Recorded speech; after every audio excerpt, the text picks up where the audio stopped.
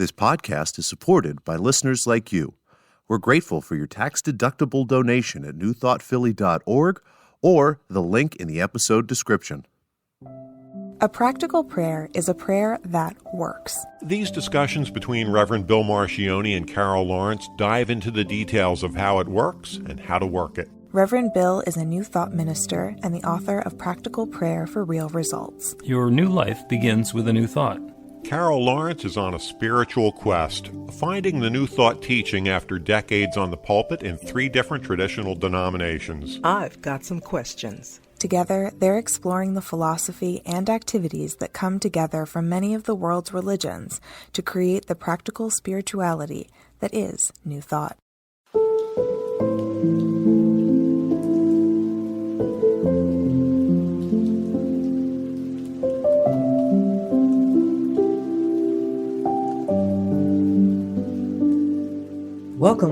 Welcome to the Practical Prayer Podcast. I'm Carol, here with Reverend Dr. Bill Marchioni, and we're going to have a great conversation, as usual. We are indeed, and it's getting to be holiday time, and that was what keyed up the conversation that we're going to be having today, which is hope and hopelessness for the holidays.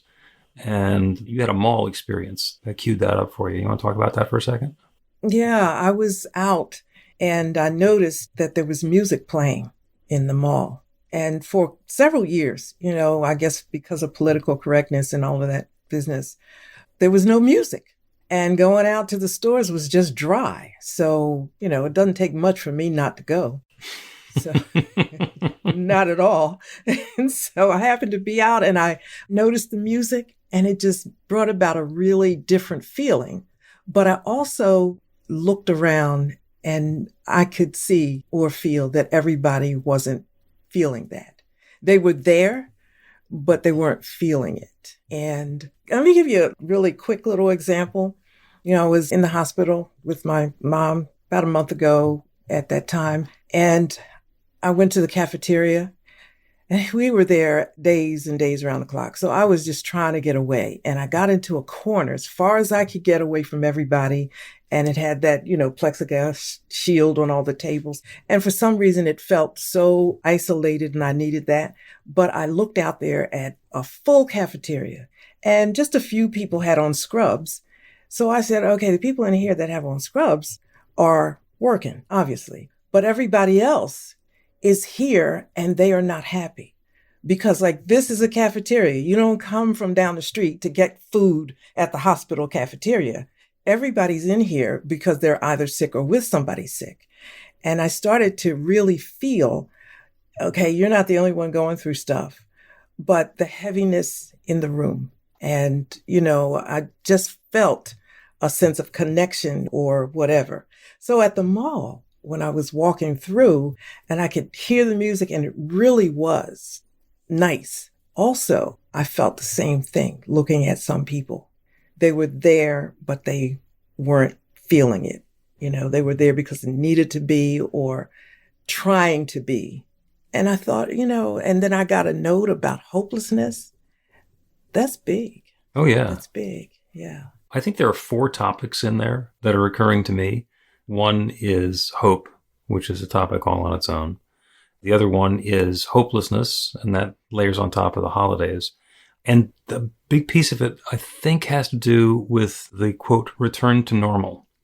With a couple of years of lockdown and pandemic, and we're supposedly back to normal. And this is it. Is this all there is? This is what I waited 2 years for? So yeah, it's back to the mall. Okay, we can do that. I don't have to wear a mask, and there's music, and that's it. That's all there is. There's no heavenly choir. There's, no skies parting and beams of sunlight coming down to lift me up or whatever. So I think part of it might be that unrealistic expectation that we have about how good this could have been, and it's not.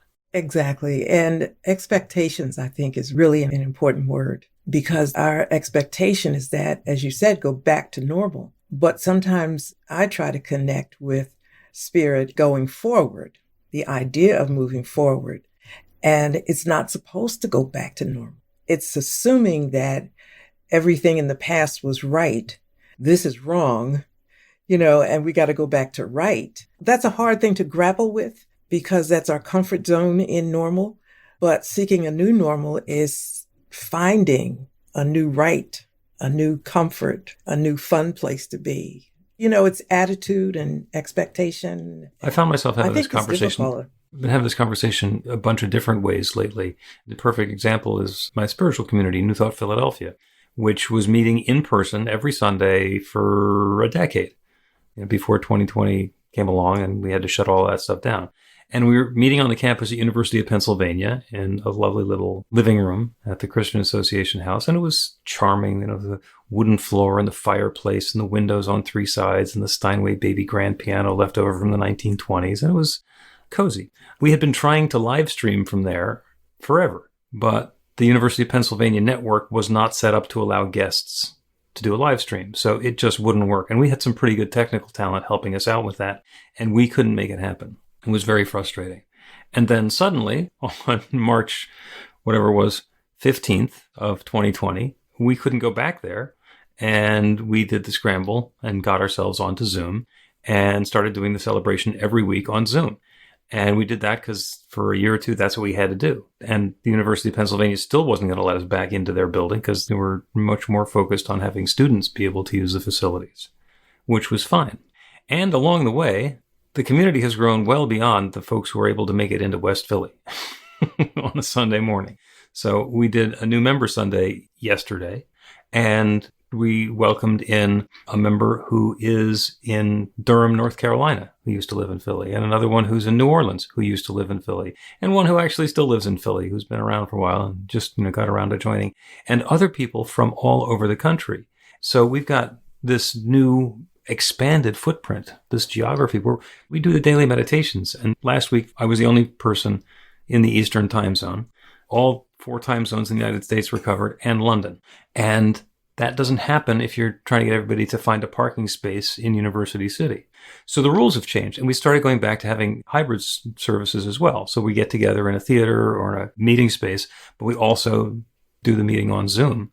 That's the new normal. When we go back in person, there are people who are at a distance and are disenfranchised because, they live in Milwaukee and they're not going to be there in the room with us. For the people who are local, they get to choose. So what is the balance point in that new normal as we're coming back into the next experience they're going to be having?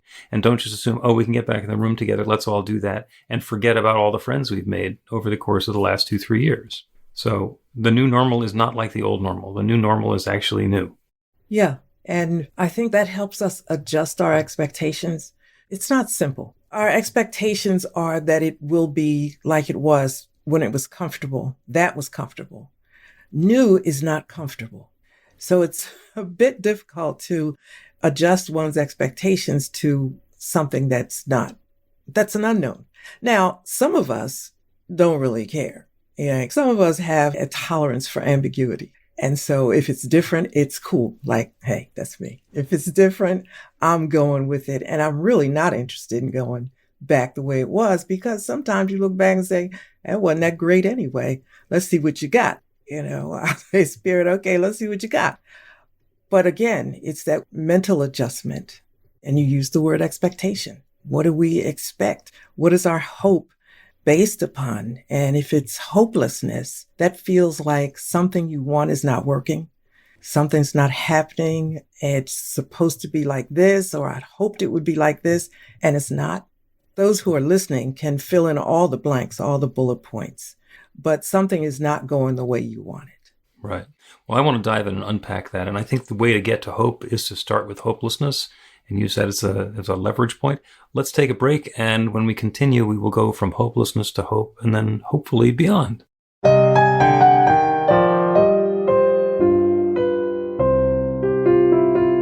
It's Reverend Bill letting you know that the Practical Prayer for Real Results class is now available on demand. That's right, you can take it at your own pace, anytime you want.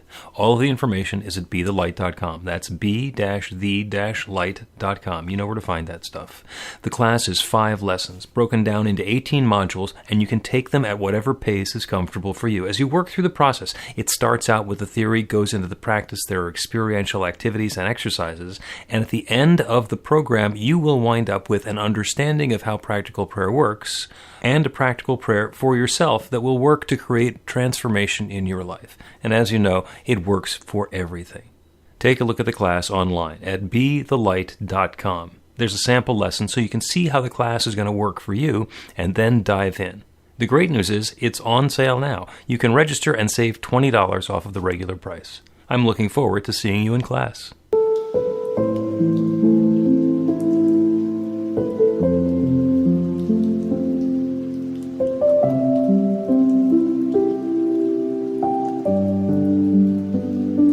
And just a quick note before we resume the podcast that yes, there was enough procrastination on the program. I procrastinated on turning off the Cyber Monday pricing, so that's still available. Okay.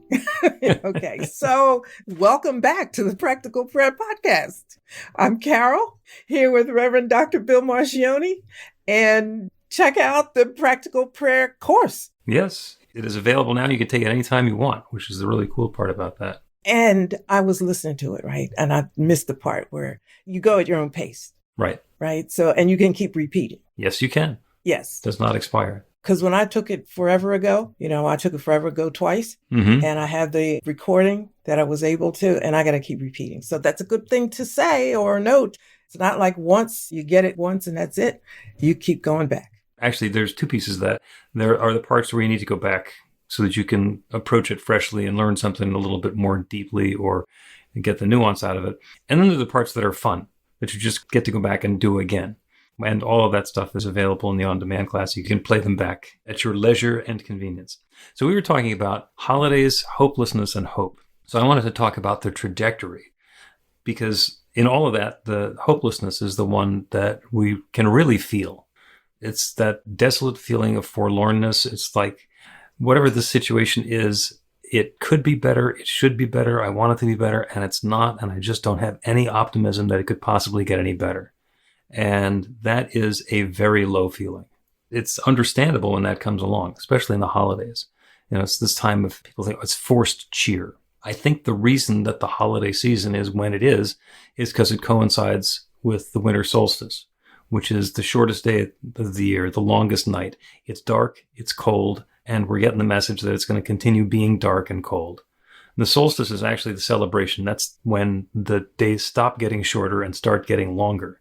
So that's the turnaround, which is when we know that, we can be optimistic, even though the whole winter is still in front of us. And so many different religious and spiritual traditions have a celebration around the solstice that we can call it whatever our winter holidays is. Christmas, it's Hanukkah, it's whatever our festival of lights happen to be.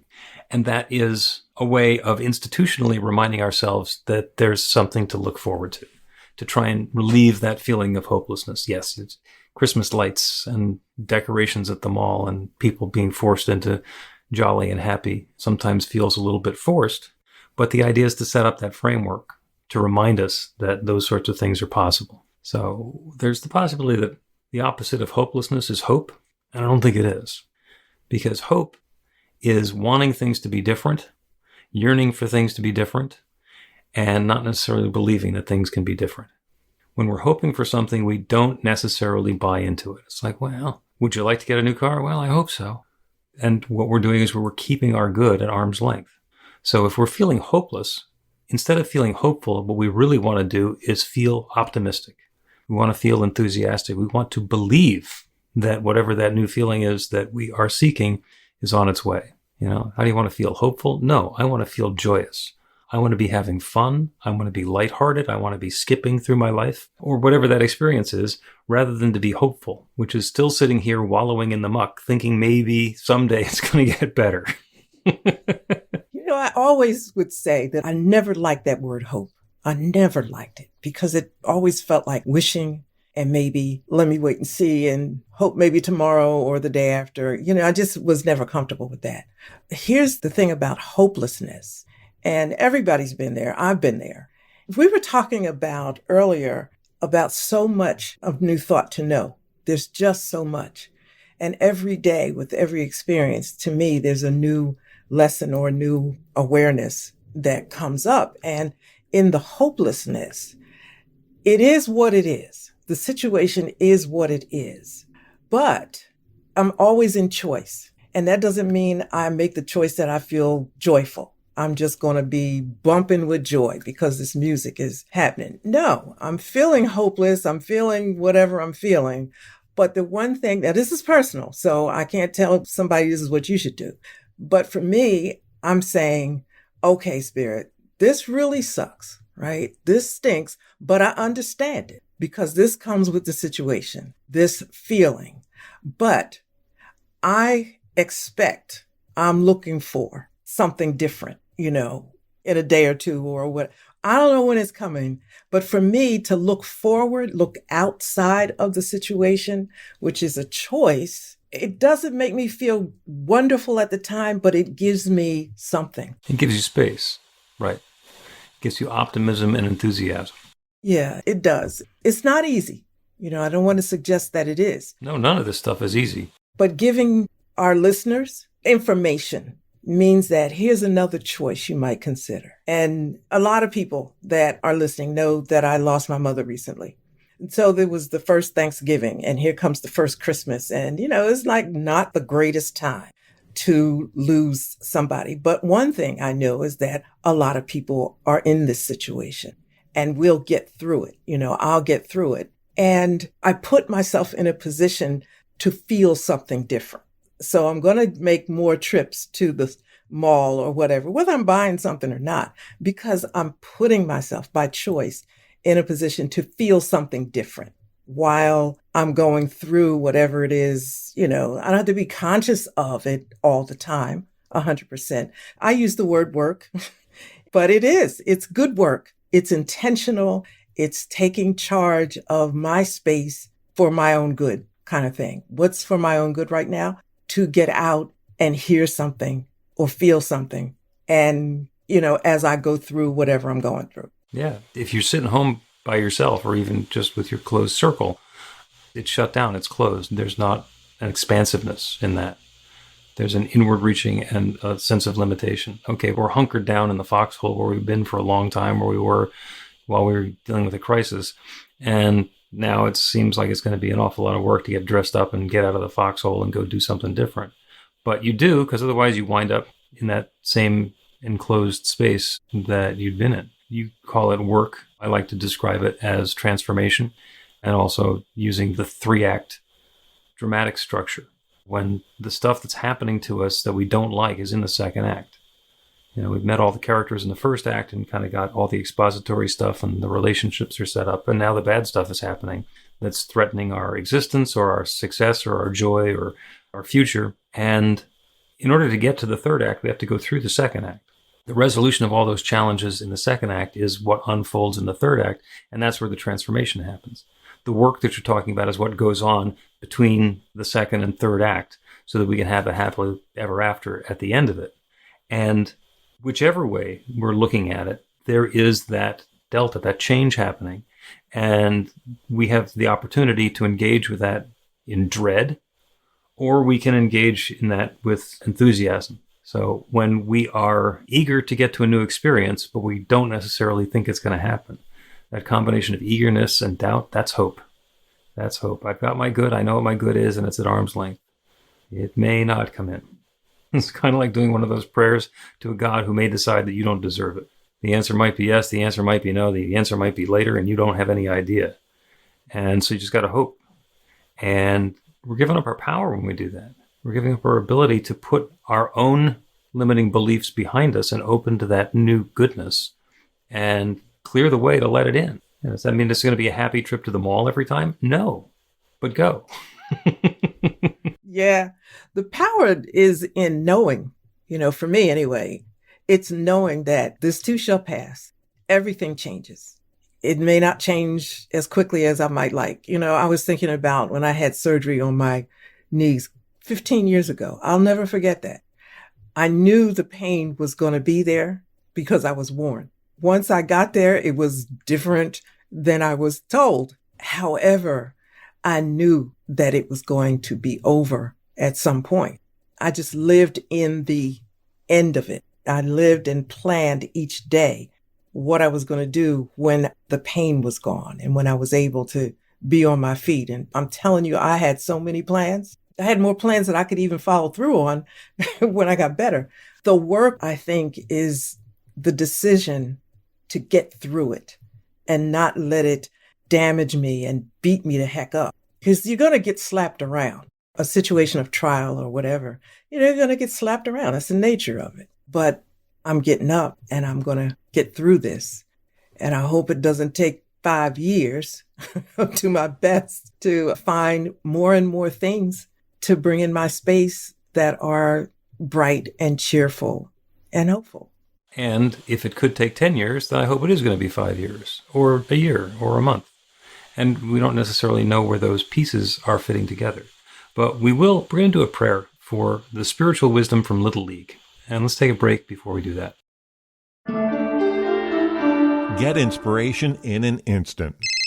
God calls are the gentle and uplifting moment of truth to help you remember that the bright light of God's love is shining right now as you. It's your God Call with Reverend Bill. Start your 2-week free trial today, and you'll get a phone call 4 times a week from Reverend Bill with an uplifting half-minute message filled with insight, wisdom, story, and fun. Let your light shine. You can answer the call to listen to it live or let it go to voicemail so you can hear it later.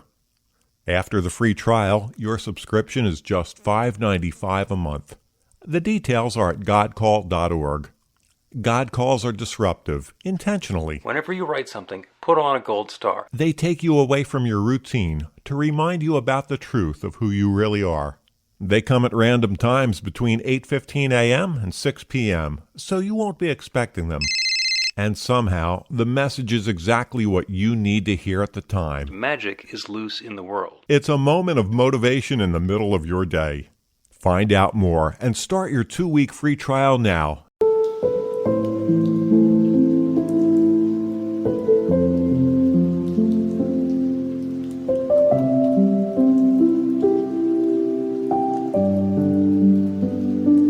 Welcome back to the Practical Prayer Podcast. I'm Carol here with Reverend Dr. Bill Marcioni, and it's prayer time. It is prayer time, and we're going to take our spiritual wisdom from Little League. It's based on what we've been talking about today, about hope and hopelessness, and that transformation and moving from the challenging situation in the second act into the successful outcome in the third act.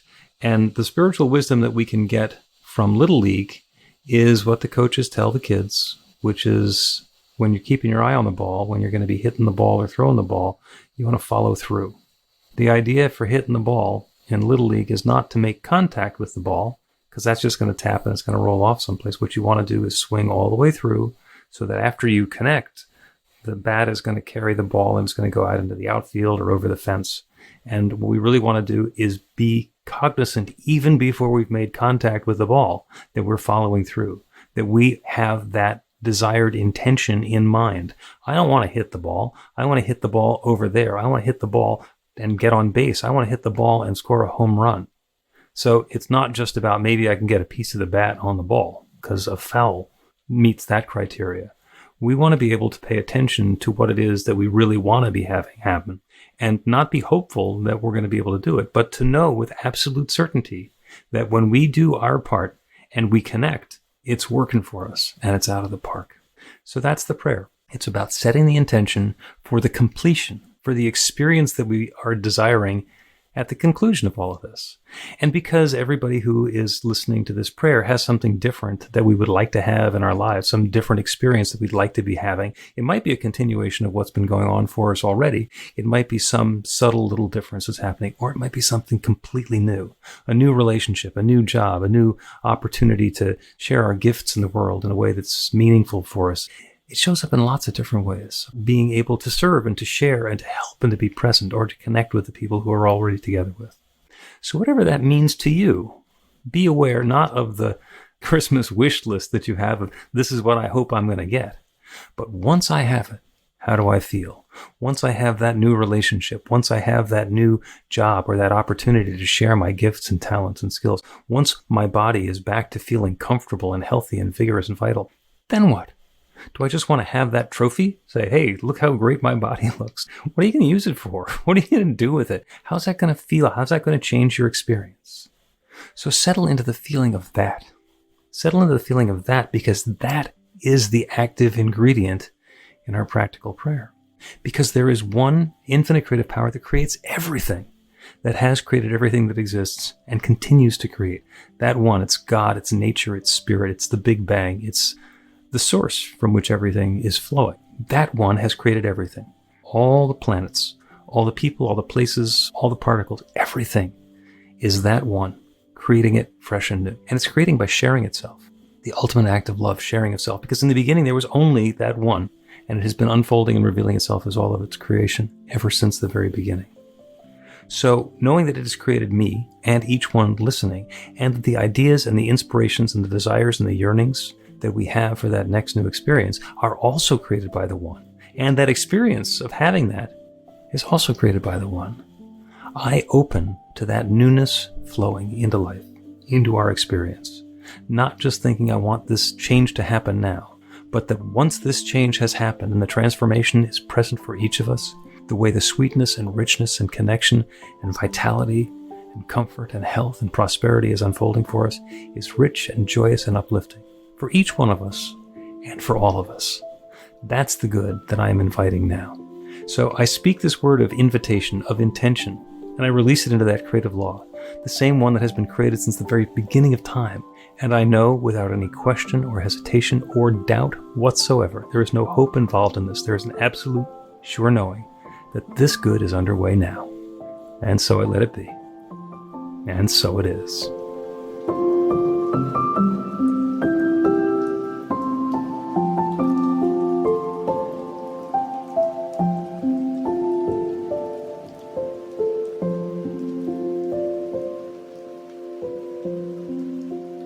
The Practical Prayer Podcast with Reverend Bill Marcioni and Carol Lawrence is a production of BeTheLight.com, be-the-light.com, where you can find more information about practical prayer for real results. Our theme is by Music of Wisdom. You can learn about the spiritual community of New Thought Philadelphia with daily guided meditations, Weekly celebrations of spirit, and Reverend Bill's classes in practical spirituality at newthoughtphilly.org.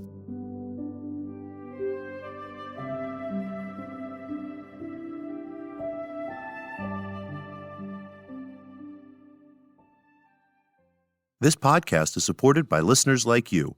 We're grateful for your tax-deductible donation at newthoughtphilly.org or the link in the episode description.